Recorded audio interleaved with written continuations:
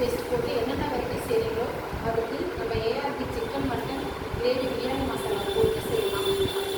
இதுவும் ரெடியாக இருக்குது. வேணுங்கிறவங்க வாட்ஸ்அப்பில் ஆர்டர் பண்ணுவோம்.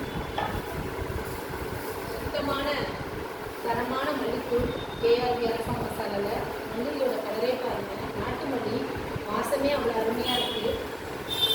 இது எல்லாமே ஆர்டருக்காக ரெடி பண்ணியிருக்கோம். உங்களுக்கு வேணும்னா அப்பப்போ நாங்கள் ஃப்ரெஷ்ஷாக எல்லாம் தரமாக செஞ்சு தருவோம்.